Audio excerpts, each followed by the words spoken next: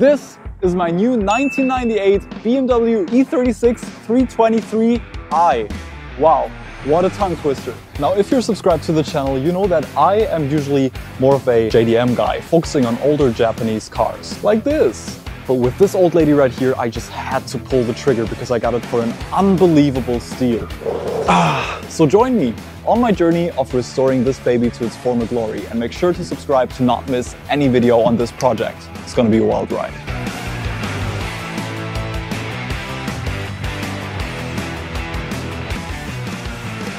Okie dokie, I'd say let's take a closer look at this thing, because at first glance I gotta say, and I think you will agree with me, this thing actually doesn't look too bad, and you might think I actually struck a pretty good deal with this baby. But it definitely has its problems. Let me show you. Dent, scratch, stone chip, flippity floppity, rust, rust, rust, rust, and of course rust. Jokes aside, it has some issues, but I guess what we're all here for would be this right here. Because thankfully, that's the only part about this car that's actually healthy, which is pretty exciting. I also bought a 316i sedan. And on those two cars, I got a very, very, very good bulk deal. And by the way, leave it in the comments below. What do you think? How much did I pay for this and the 316i? I didn't pick it up yet. I'm gonna pick it up in a few days. But for today, let's focus on the small steps, because every time I get a new car, I do 3 important things at the very beginning. Let me show you. Well, the first thing I love to do whenever I get a new car is, first of all, clean them. And I mean, just look at this interior. The owner really didn't take much care of this. There's a complete, well, there's a ginormous hole in this floor mat. I'm gonna remove these and replace them with some new ones, but we're gonna take care of the modifications of the interior in dedicated video for that. So for now, let's clean it. I'm curious what I'm gonna find, because I know the owner, it's a very good friend of mine, and I'm just gonna leave it at that. So I'm suspecting I will find some interesting things in here.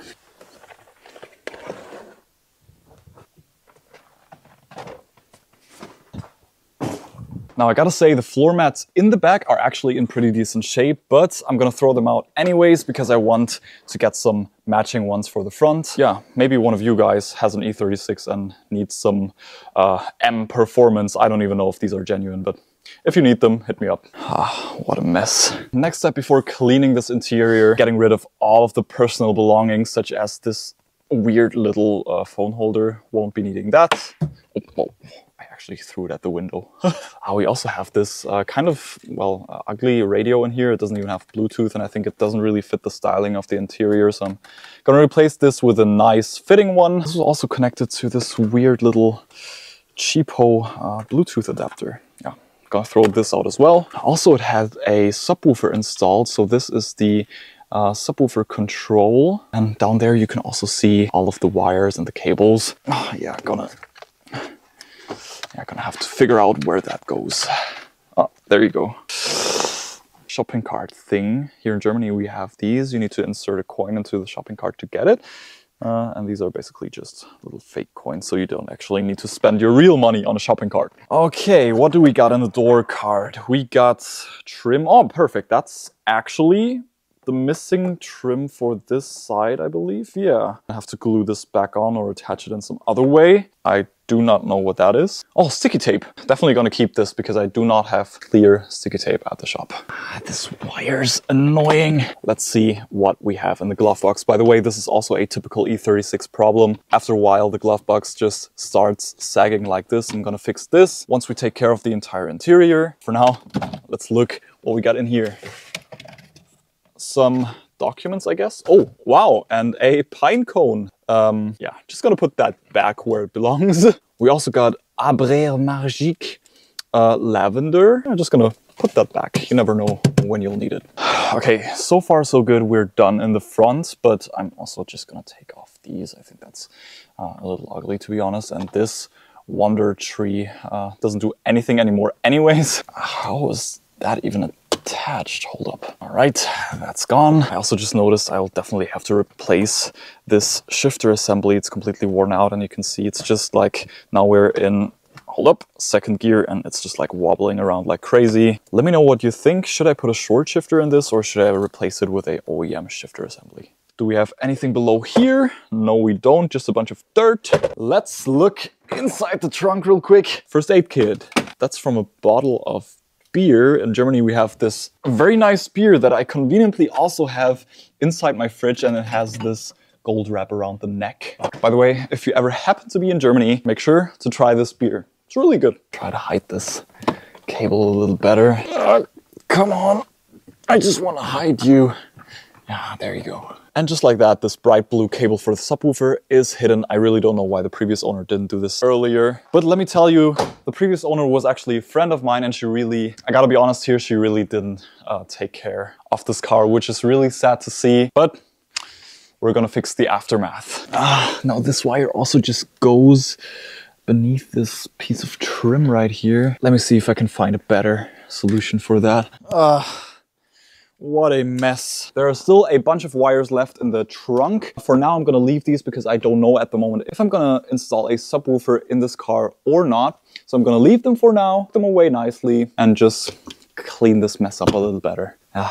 Poor thing. And would you look at that, everything is nice and clean again. No more cables flying around. Just this positive and negative wire that hook up to the battery just in case. Because as I said, I don't know if I'm gonna put a subwoofer in this car yet, but I'm more leaning towards no. That is done. And now to my favorite part, vacuuming and cleaning the car on the inside. And no, this was not sarcasm, I actually love to do this. Oh, I love to do this.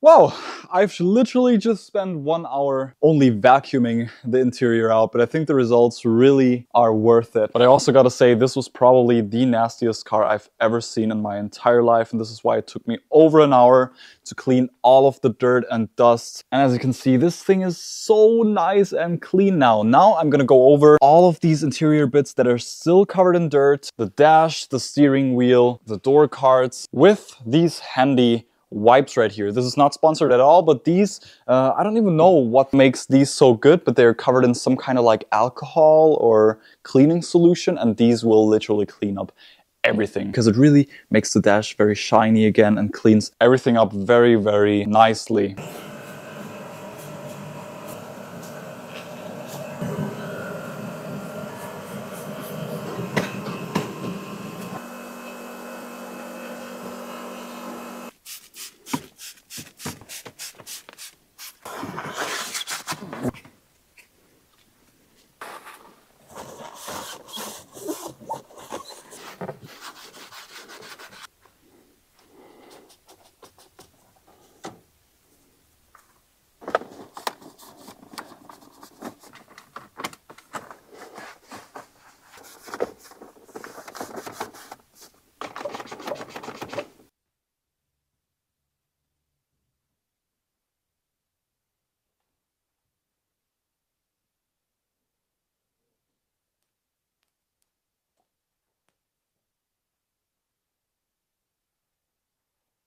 Now, there's one more thing I would consider as the interior of a car, which would be the engine bay, because, well, it's on the inside. And since this is extremely dirty as well, let's get this cleaned as well.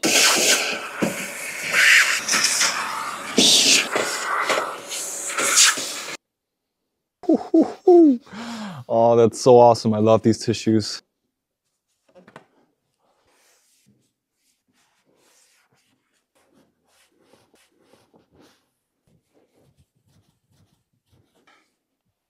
Now guys, seriously, would you look at that? I think that turned out insane. These wipes are just crazy. This engine bay looks brand new. All of the plastics look nice and shiny again. You can also finally see the beautiful blue color again. All of this was covered in gunk and dust. Now everything is as good as new. Also, all of these cables are really nice and shiny again. And these were literally just the same towels, towels that I used for the interior of the car. Woohoo!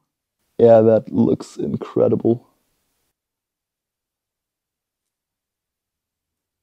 All right, Now, the second thing I like to do when I get a new car is cleaning everything out with additives. By additives, I mean stuff like this. And no, this is not sponsored. This is basically an engine flush that you add to your oil shortly before you do an oil change. And at the same time, I like to add a fuel flush as well. This will basically just clean up your injectors and everything. To be honest, I don't know if this stuff actually works, but I like to do it for good measure anyway. But to do this, we first need to install a new battery because the car actually didn't come with a battery. I got myself a, oh wow, that cut was literally the worst cut ever, brand new battery. Now this is nothing fancy, it's basically just the cheapest battery I could find that fits this car. Come on, thank you. Even this cheap battery will work fine and will do the trick. Just slide this sucker in here, just like that. Perfect. Just connecting a little bracket down there and secure the 13mm locking nut. And that would conclude our battery install. These are the little cables for the subwoofer. I'm just gonna let them dangle down there or something, or maybe underneath this little piece of carpet. They're not connected to anything anyways, neither to the battery nor to any subwoofer or anything. And now I can open the filler cap and put this little additive into the gas tank. Come on. I know these lids are supposed to prevent children from opening these things, but sadly they also prevent me from opening these things. It says press in and turn. Yes. And dump it in.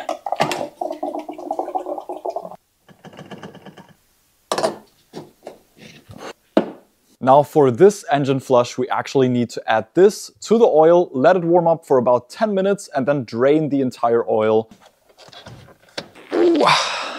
All right, let's take off this. Oh my God. Oh, wow, that was super tight. Now what I usually like to do is give the oil cap a little smell. Seems a little weird, but this way you can actually tell in which condition your piston rings are. Because if your oil smells like gas, that means that the gas in your combustion chamber actually manages to escape your combustion chamber by seeping through the piston rings. This is obviously not the most scientific way to find out, or the most accurate way to find out if your piston rings need replacing, but it's a start. Okay, let's add the magic stuff. Yes. And let it run for about 10 minutes. Woohoo! Listen to that sound.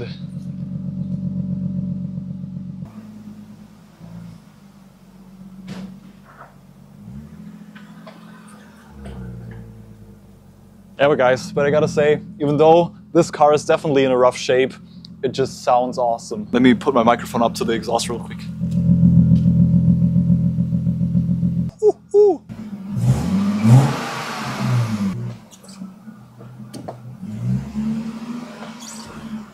All right, let's get this oil changed.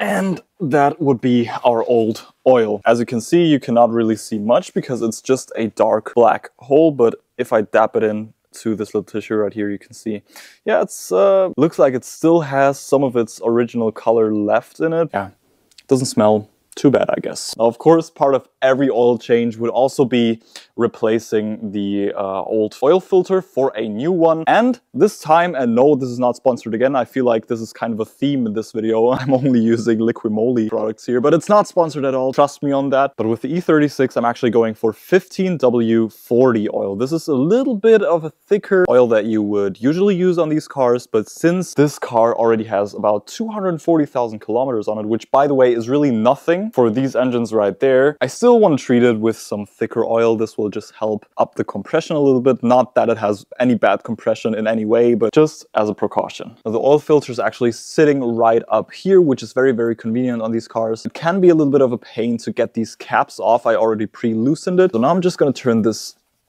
all the way and pull out the old oil filter just like that. Let me show you this real quick. Oh my god, I really hope you can tell. There are definitely a bunch of metal shavings in there. Yeah guys, I don't know, like at the moment I really don't know how I should feel about this because like at one hand, seriously, nothing's wrong with this car. It runs great, it sounds good, it still has a decent amount of power, but like on the other hand, I can see huge metal shavings inside the oil filter. What in the world? Where did they go? Was it just like bubbles? They were like kind of reflective or something? Like seriously, now I cannot find any metal shavings anymore. I know it sounds kind of weird, but I think it was actually just like little air bubbles that were kind of reflective. There's like nothing in there anymore. I guess I'm not gonna complain. I'm just gonna be happy now that there are actually no metal shavings in there.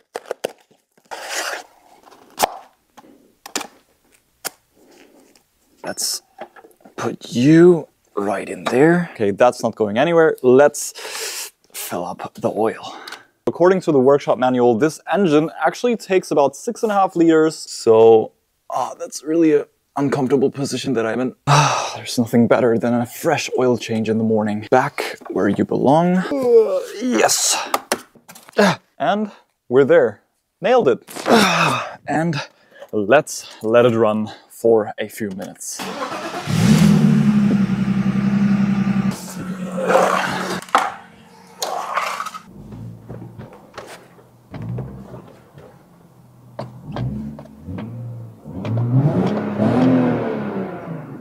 And of course, whenever you're doing a service on your car, it is not only important to change the oil and the oil filter, but to also check over your spark plugs if they are still good. I'm not even gonna bother doing that because I literally just changed the spark plugs a few hundred kilometers ago for the previous owner, so I know that they are still okay. But it is also always a good idea to change out your cabin air filter whenever you're doing a service on your car. I'm also not gonna do that right now because in the next video, I'm gonna take care of the interior anyways, so I'm gonna put it off until then. But what I can do now is change out the old and nasty air filter for a brand new one. This is definitely part of every good service and you should always do that. Now on most cars this is extremely easy to do. You just need to locate your airbox inside the engine bay, and in case of the E36 this isn't any different. It's super easy to change out the air filter. Just locate your airbox, simply rip out your old air filter, and at first glance this doesn't even look too bad, but once we flip it over we can see this baby has definitely seen better days, which is why we're going to replace it for a brand new one. This is our old one and this is our brand new one.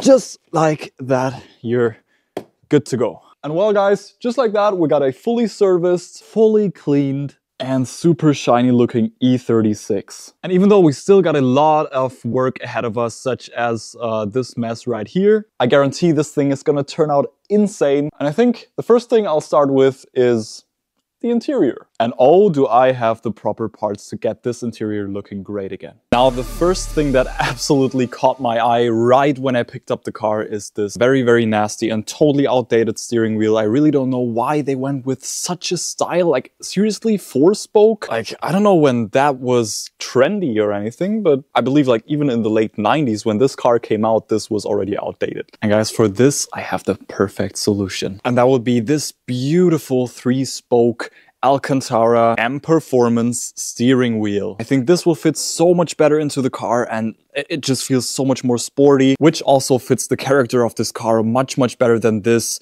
grandpa steering wheel. Now, to everyone who also wants to change their steering wheel like I do right now, it is very important to remember that you should always disconnect your battery before replacing your steering wheel, just to make sure that the airbag doesn't go off straight in your face. And just like that, battery is disconnected. Whoa!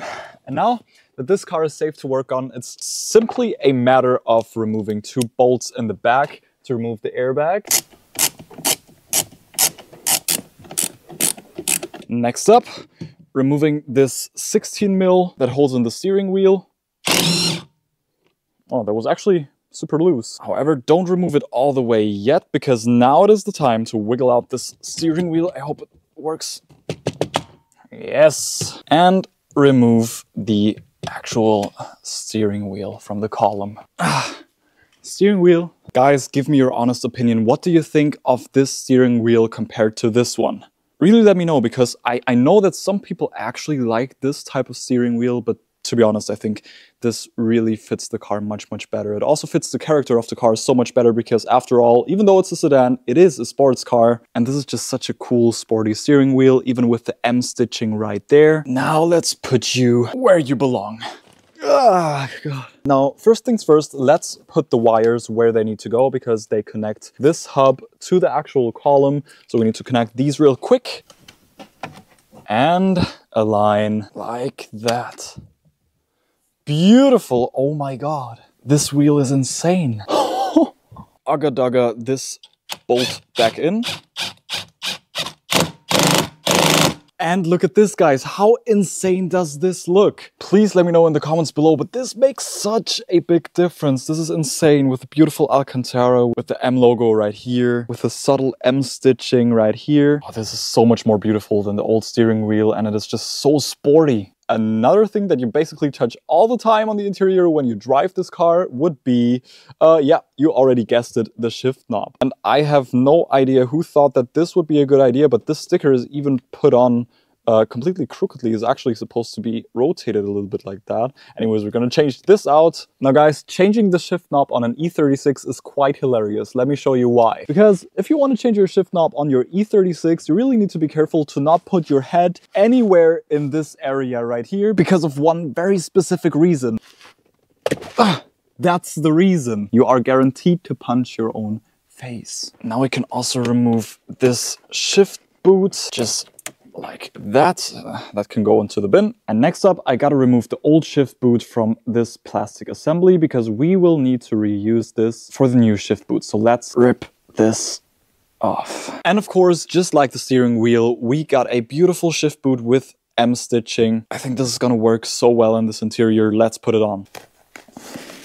And would you look at that, how beautiful is this? It's definitely a little tight. I really thought I had to like fixate it with some hot glue, but to be honest, this rubber ring around it, it comes with this stretchy rubber band and this holds it in place so well. This looks totally incredible, but of course we're not all the way there yet. You can see there's still one very essential piece missing, and that would be our brand new shift knob. And for this, I really am excited because this looks incredible. Just look at this shift knob. I really wanted to go for something that looks classy, not too modern, not too old school. And I think that just really fits this interior so well. It fits the M stitching right here. It fits the M stitching right there. And we also have the M logo right there. And now also on the shift knob. Just slide it on like that and then give it a good push like this. I really don't know why they didn't do this from factory because after all, this is a M package car from factory. And well, on the interior, you can really not tell that this is a M package car at all. So I think we're only doing the right thing here by adding some M accents here. How this little bit of color completely transforms the entire interior. While we are still focused on the center of the car, I also want to take care of the radio. So for that, I got a brand new radio, nothing fancy, but I chose this because first of all, it has Bluetooth, it has a great sound. I also put this thing into the RX-7, it works great, and it just doesn't look as modern. Let's rip out this radio. It shouldn't be too hard. Just remove... I think I'm gonna break it. Yes, I don't think we can. We need like some sort of a special tool right here. But thankfully, our brand new radio comes with the exact tool we need to remove the old one. And something like that. And now we should be able to just... Yes! I'm so happy that this radio is finally out of the car. Beautiful! Wow! Woohoo! Guys, look at that. This fits so much better into this interior. It's insane. It has Bluetooth. This looks so much better. It's the details, guys. It's the details. But speaking of details, now that we got our beautiful steering wheel, our shift knob, our shift boot, our handbrake boot, and the brand new radio installed, let's M-ify this interior just a tiny bit more. This is just the last puzzle piece that's going to tie the entire interior together so much better. Well, apart from the center console, which I'm going to install later in this video, new floor mats. I hope you still remember how the old ones looked because they were definitely in a nasty shape. So with the new floor mats, I went way more subtle, and I think it's going to tie together the interior so much better. Beautiful red and blue stitching, and oh, they smell really good. like chemicals. All right, you will go in here. Oh my god, that looks so good. Of course, we also got the matching floor mats for the rear. Guys, I've also just realized that these floor mats even come with these little things. So in my case, this is extremely convenient because I am missing these little studs that hold in the floor mats. So what you can do with these is basically just screw these into the floor, just like that, and they are super tight now. And now you can simply put your floor mat over this, twist this little thing, and they're not going anywhere. How awesome is this? Technology. Gotta love it. And what a difference. Seriously, would you look at these beautiful floor mats, this beautiful new steering wheel, our beautiful new shift knob with the shift boot, and the matching handbrake boot. Now I really cannot wait to also change out this center console for a beautiful new one. It's the details like this that really make or break a car. And speaking of details, I got another one. And this has really been bothering me ever since I picked up the car. And that will be this right here. Yes, the key. You might say, it's not really part of the interior, but I'd say it surely is part of the interior, kinda. So let's do that today as well. And to restore this nasty key, I bought something very cool, which would be a completely new key shell. Swapping this over shouldn't be that hard, so let's do this right now. First, let's take this old key apart. And this gives us access to our battery and to our, key. Let's pop out the circuit board, put the circuit board back in.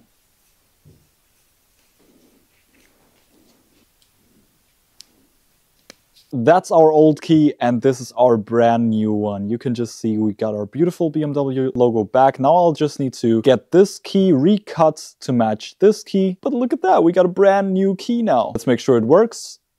Yes. And it does. Perfect. And now to the part of the video that I've really been dreading the face, replacing the roof liner. Now, reupholstering the roof liner is actually not that difficult of a job, but I've done this on my R32 Skyline back then as well, because the roof liner was sagging and it was totally disgusting. And from what I remember, this was actually such a tedious and annoying job, because you will need to remove every single one of these little clips, of these lights, that switch right there. That just takes a lot of time. While that light was not even connected to anything. Oh my god, that's so disgusting. And guys, you know, I've done this before. It's not that difficult of a job. It is definitely tedious, but it's really not very difficult. However, in this car, this is actually going to change because we have a sunroof, and we'll also need to reupholster this part of the sunroof, which means that we will need to completely disassemble this entire sunroof thing just to reupholster it. German engineering. I don't even know how I'm supposed to get this roof liner out of the car, but I guess I'm gonna worry about that once we get there. All right, let's go. Yes, yes. Oh my god, gotta be careful not to bend it too much. Yes! Like at first glance it doesn't even look too bad, but if you look closer you can see there's not even like proper coverage with this Alcantara wrap. So you can see all of these foam and glue spots from inside, which is definitely not very pretty. I'll probably have to vacuum out the car again once I'm done with all of this, but doesn't matter, we finally got it out. Roof liner is ready. Now all we need is some spray glue and of course our fabric right there. I just went with some OEM style fabric. This also adds just a little bit of foam padding, which is very nice because a roof liner always needs that. Before we glue anything down, let's test fit it and see if that's even enough fabric, because honestly, I don't know. What in the world? Look at that. That's like solid 2.5 or 3 centimeters, like about an inch. That's missing. Like seriously, I ordered the right stuff. How come? Wait, let me. Yeah, that's literally about 5 centimeters too narrow. Still gonna make the best out of it, because until our new roof liner fabric arrives, we can still fix this mess right here. I was really thinking about getting some new A-pillar trim because, well, just like the roof liner, the previous owner really tried to like put this weird Alcantara wrap all over it. I really don't even know why, because there's literally fabric. So this A-pillar trim was already fabric and they try to cover it with cheaper looking fabric. Like, why? But nonetheless, now that our roof liner fabric doesn't fit our actual roof liner, we can use it to reupholster our A-pillar trim. English is hard.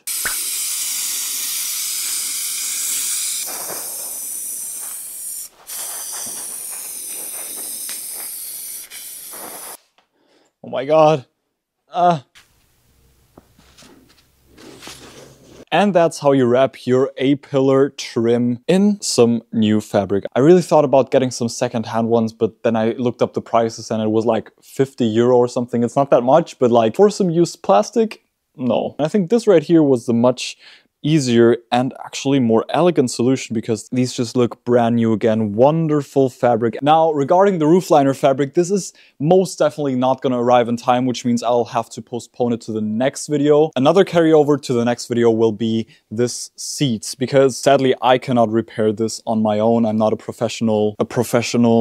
What is that profession called? I think you know what I mean. So I'll definitely need to remove the seat from the car and bring it to the, you know what I mean, to get this fixed. But even though we've kind of hit a small roadblock here, that doesn't mean that we cannot fix anything else about this interior, because there is one more thing. Oh my God. And yes, you've guessed it, the armrest. I said it previously, this thing is extremely crusty, and guess what just arrived in the mail? Our brand new middle armrest, whatever you want to call it, center console. Look at this beauty, this beautiful, well, it's actually not real leather, it's artificial leather, but nonetheless, it looks beautiful with the beautiful M stitching right there. And after undoing 3 screws, I can simply fold this little plastic piece out of the way, just like that, and just look at how shiny and worn this looks compared to the inner part of the leather. This is how it's supposed to look, nice and matte. Just simply need to rip all of this off, and there you can see the foam underneath it. We will need to keep this and just put the new leather over it. All right, and there we have it. Look at how nice and matte it is still on the inside and how worn and shiny it is on the outside. I'm really happy to replace this for this. However, there's one small concern that I'm currently having, because you don't even have to look that close to realize that this is quite a bit smaller than this. So I'm really hoping that, yeah, I'll manage to fit this over, or maybe stretch it a little bit to get it over the middle armrest. Theoretically, we should just be able to slide this over just like that. Stretch it out a little. Stretch it here a little bit. Oh no. Oh no! What in the world is... Oh my God, even here! Now, I got it roughly in the position where it needs to go, but as you can tell, there are like huge chunks of leather just missing. So like, even if I manage to stretch it out enough, that will not account for this entire chunk missing right here. So I think we might have a problem here. Like, this will never fit. Like, even if I stretch it all the way down here. I guess that happens when you buy stuff on eBay. I just got off the phone with the seller, and turns out he actually sent me the wrong one. This is actually for an E46 and not for an E36, which explains why there's like random leather missing everywhere. He was super nice, and he immediately sent out a new one, which is for the E36 now, and you can just tell that there's just much more material on these edges in the front, so this should fit. Let's install it now. Let's try this again. Ah yes, that fits so much better. Oh my God, that looks so good. Guys, that worked like a charm. You can see it's fully upholstered now. If I fold it down, you can see this just looks fabulous. Obviously, I'll need to pull it tight a little bit, glue it down around these edges with some spray glue, and then we're mint. All of the edges are folded over now and secured with some spray glue, and I think that looks actually very professional, if I may say so myself. And with that out of the way, I should just be able to fold this back in like this and screw it back down. And with this little cover back on, let's see how it looks. It perfectly matches the stitching right there. Oh, and it's so nice, some fresh new leather. Small things like this that really, as I said previously, make or break a car. And I think now we completely M-ified this interior. We got the M logo here, M stitching right there, M stitching here, M logo there, M stitching here, and most importantly, the M stitching on the brand new armrest. Oh yeah, and of course, also the M stitching on the floor mats. Also, our brand new roof liner fabric has just arrived. Yes! And because I don't have any friends, that means I will have to do this all on my own. Which is why I hung up the roof liner fabric onto the wall so my entire floor doesn't get sticky again. And I'm just gonna spray this down, lay the roof liner on the floor, and pray that it will not stick to anything else other than the actual roof liner. Let's see how that goes.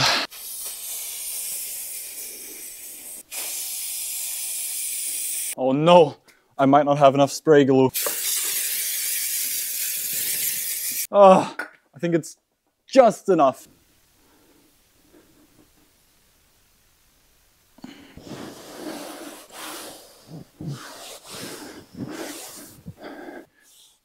Now I gotta work fast because this stuff actually dries relatively quickly and I want to press it all down nice and firmly while it is still somewhat wet and still has some sticky abilities. Just like that.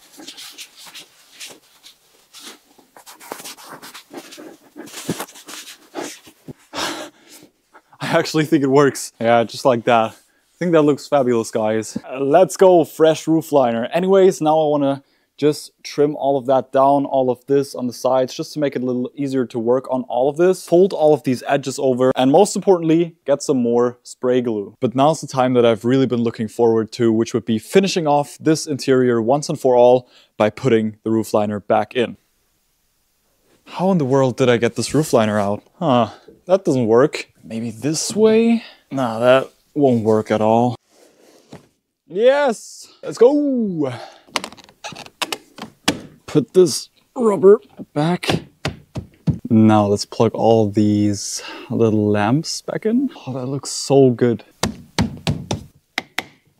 The more stuff I put back on, such as these rubber seals and all of the clips and stuff like that, it just comes together and it looks so good. It was really a good decision to rip out the old roof liner and remove all of this Alcantara fake mess. Wow, incredible. And just like that, our brand new roof liner is installed. Would you look at this? I think this turned out just insane and this looks very clean again. And guys, let me tell you one thing. I feel like the older you get, or well, the more you just live in this car bubble and the more cars you modify and work on, the more you appreciate stock cars. And let me be totally honest with you, when I got this E36 right here, I was really thinking about putting these bucket seats in, installing a cool steering wheel like in the RX-7, but then I just realized that I really wanted to restore this thing to its former glory and the way it's supposed to be from factory. So guys, take a look at this interior and let me know in the comments below, did I achieve my goal or did I overdo it? Because I gotta admit, I put a lot of M accents into this car and it was really my goal to not overdo it, but to add some subtle accents. Guys, we're moving forward in big steps. Now, the only thing that's left to do is reupholster the sunroof, which I'm gonna do until the next video, because let's face it, you know the gist. Basically, just doing the same thing I did with the roof liner again on the sunroof, gluing the A-pillar trim back in, and fixing this mess right here, which is gonna be relatively simple, I think. As you can probably tell, this poor E36 is not in the greatest shape. But thankfully, we're here to hopefully fix that today. Why hopefully? Well, because I'm not a trained mechanic, and because this BMW has some serious issues which you're about to find out in a minute. So I'm starting off by writing everything down I need to do, and with a fully packed to-do list, we can get straight to work. Let's go. If you're new to the channel, let me share a quick fun fact about myself with you. I'm super lazy, and I love to procrastinate actually. So usually I save up the hardest work for last. Subscribe if you can relate to that. No, but seriously, check out my other videos and you'll see the pattern. Now today's video is not any different, so I'm starting off with the easiest bits first. And that will be replacing the old leaky hood struts for some brand new ones. This makes working on this whip so much easier, especially when installing headlights. Oh, speaking of headlights, let's put some fresh ones in. The old ones were not sealing anymore, so every time I went through a car wash, they would fill up with water, making them wetter than I usually like my headlights to be. But easy fix, just putting some new ones in alongside some clear blinkers.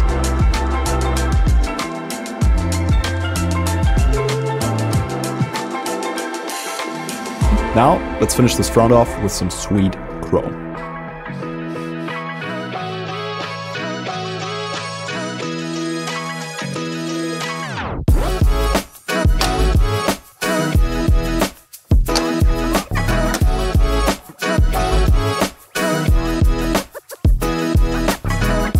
Alright, and damn guys, would you look at that. Brand new headlights look nice and shiny again, paired with the clear turn signals. And of course, the chrome BMW kidneys. Before they were black and I think they just didn't match with the car at all. That looks much more OEM, which is in general the look I'm trying to go for with this car. But anyways, let's take the BMW kidneys off the list and fix all of the trim.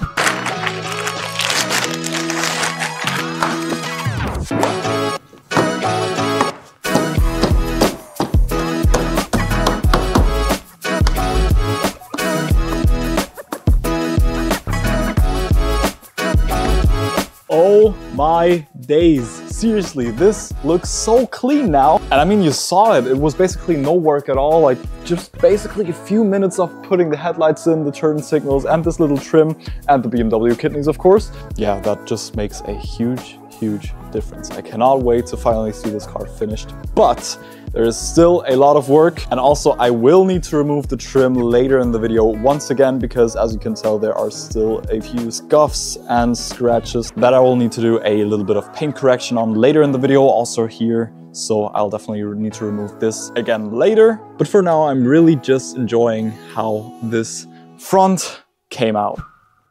Now, once in a while, there are these moments when you think that what you're about to do is going to be super simple, but it then turns out to be a ginormous pain in the ass. This is one of those moments, because someone thought it would be a good idea to glue the trim in instead of clipping it in like a sane person would, proving that the person who did this was indeed insane.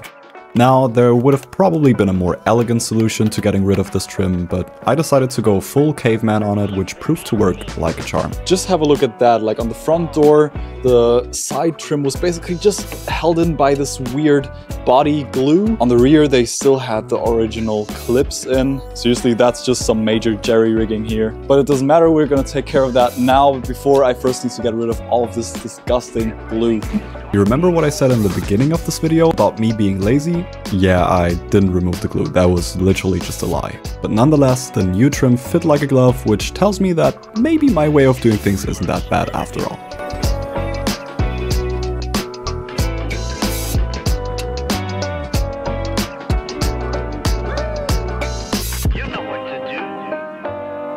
I think you would agree that so far everything I've done to this vehicle was pretty straightforward, but buckle up because the turns are gonna table. In a minute at least, because to dodge my inevitable upcoming frustration, I prefer spending my time doing some more easy fixes before getting smacked in the face by the curveball this car is gonna throw at me in a second.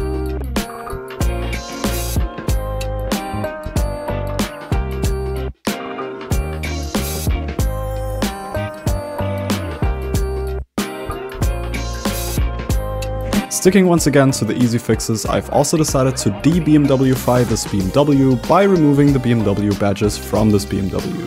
And if you couldn't tell already, this is indeed a BMW, but now you might not be able to tell anymore due to the lacking badges. But no need to worry, because we're gonna replace the old ones for some new ones later. But I gotta be honest, it actually kind of felt wrong removing the badges from this BMW. It's almost like taking away the beer from German culture. Without it, there's basically no identity left. But I digress. Back to the actual topic. I've also replaced the rear bumper trim to make everything look more coherent, since it was mismatching in color, and it also had parking sensors installed which weren't even hooked up to anything. Now, E36s are actually awesome, but they're also very susceptible to rust, especially on the underbody of the car and the rear fenders. And guess what, everybody? We got rust on the rear fenders. Yeah, honestly, it's pretty normal for these E36s to have at least a bit of rust on the rear fenders, but not that much rust on the rear fenders. Anyways, let's take care of that. Now, first things first, I'm gonna use a angle grinder just to chew through some material fast. Once I remove some material, I'm gonna switch over to a normal sanding disc, but for now, let's just get rid of all of this disgusting mess.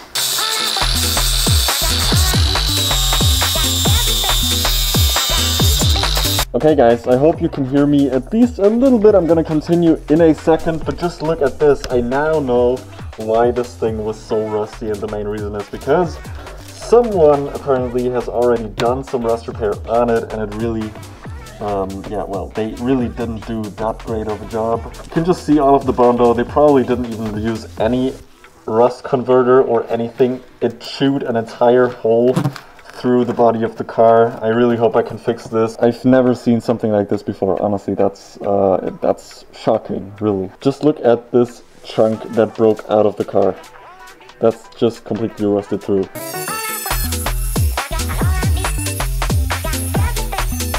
This bondo isn't even dry. It's still somewhat malleable. This is supposed to be as hard as a brick. You can literally just bend it back and forth. I don't know who repaired this rust. So apparently this car already had rust and someone in the past decided to repair it and they literally used like Play-Doh or something. Poor car. Now, I'm probably the last guy you should hit up if you need any help with rust repairs, since I literally don't know what I'm doing at all. But even my amateur eye could tell that the previous person who did this rust repair majorly sucked balls.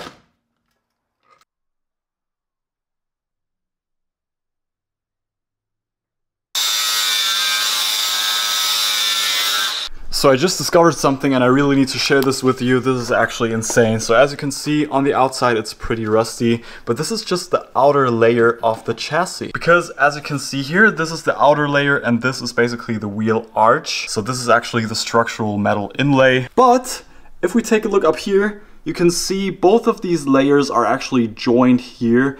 And the previous guy who did the rust repair on it, he basically just put some body filler in between this layer, leading to water just sitting there and creating huge rust issues. So as you can see, I already ground down most of the rust. I'm just gonna use my screwdriver and scrape everything out of there. And after that, I'm gonna hit it with some rust converter and pray that the rust will not come back. But as long as we get rid of all of the rust, put some rust converter on there, we should be good to go. And then I can seal everything back up and then remodel the entire rear fender, which is gonna be a lot of work. Speaking of a lot of work, it's also starting to rust on the bottom of the door, also on the rear door, and on the other side as well. Thankfully, the doors will not be that much work because it's just on the very bottom of the door, so I can basically just grind everything down, hit it with a little bit of body filler, remodel everything, just make sure that there's no more rust, and then we should be good to go. It's so much work.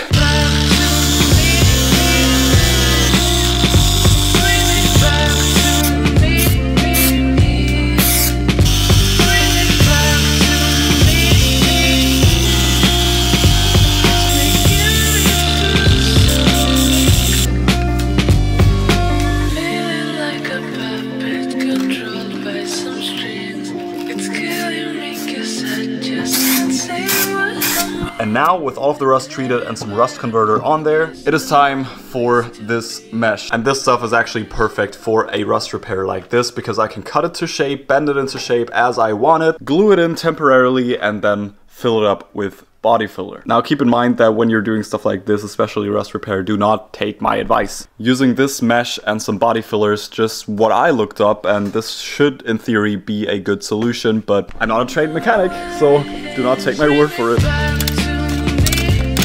Alright, and just like that, we got our first piece of mesh that fits perfectly on the inside of this rear fender. This is basically just the inner part, the structural part that holds the outer part of the body in. Yep, that's literally what it does. And after filling up this gaping hole with a metric ton of body filler, I can proceed by adding another second metric ton of body filler, praying the rust will never come back. Now this right here might look like I do not know what I'm doing at all, and you would be right assuming that. So what I'm gonna do now is go ahead and keep treating this rust, filling everything up with body filler on the right fender, on all of the doors, and then I will get back to you in the next video where we actually get to painting. But don't click away yet, because at the beginning of this video I promised you something, and that will be getting rid of these wheels.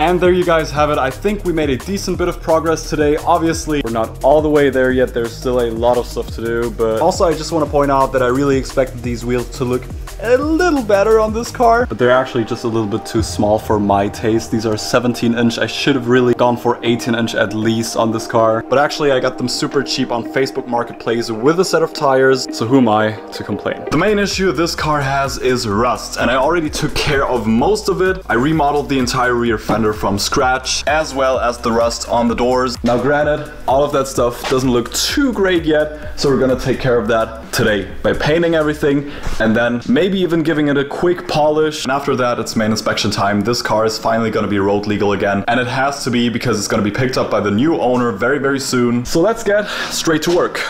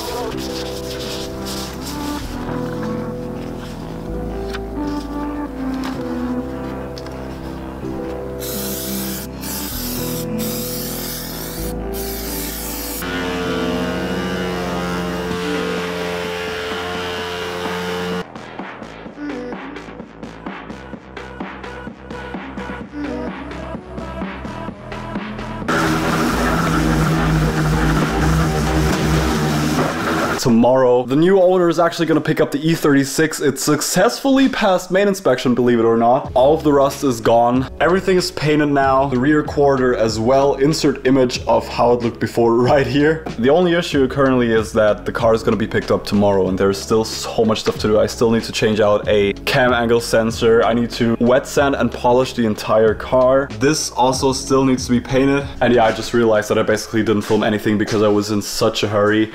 But now I'm trying to be a little more relaxed. I'm gonna clay bar this entire thing, get everything nice and clean. You can see there are all of these little dirt spots. I need to get rid of them before polishing the car because otherwise the entire car is gonna get completely scratched up, which I do not want. So let's do that right now and finish this thing.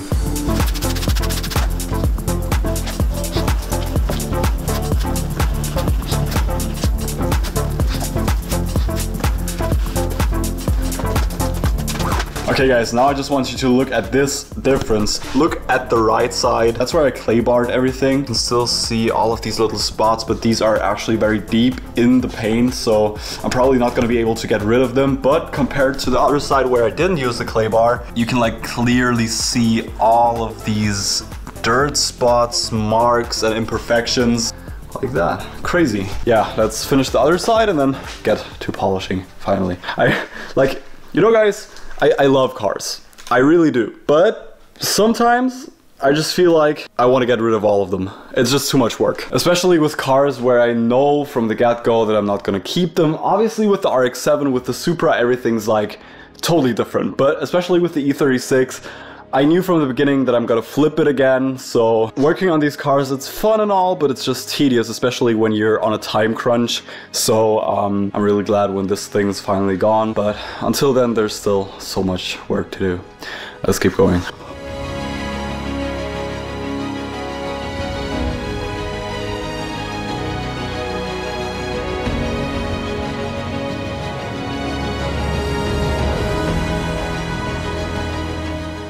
Actually, I don't know if you can see it properly on video, but the difference between this right side and this left side, that's actually crazy. And that was just like a quick polish, you know? Like if I would actually take my time with this and I wasn't in a hurry, dude,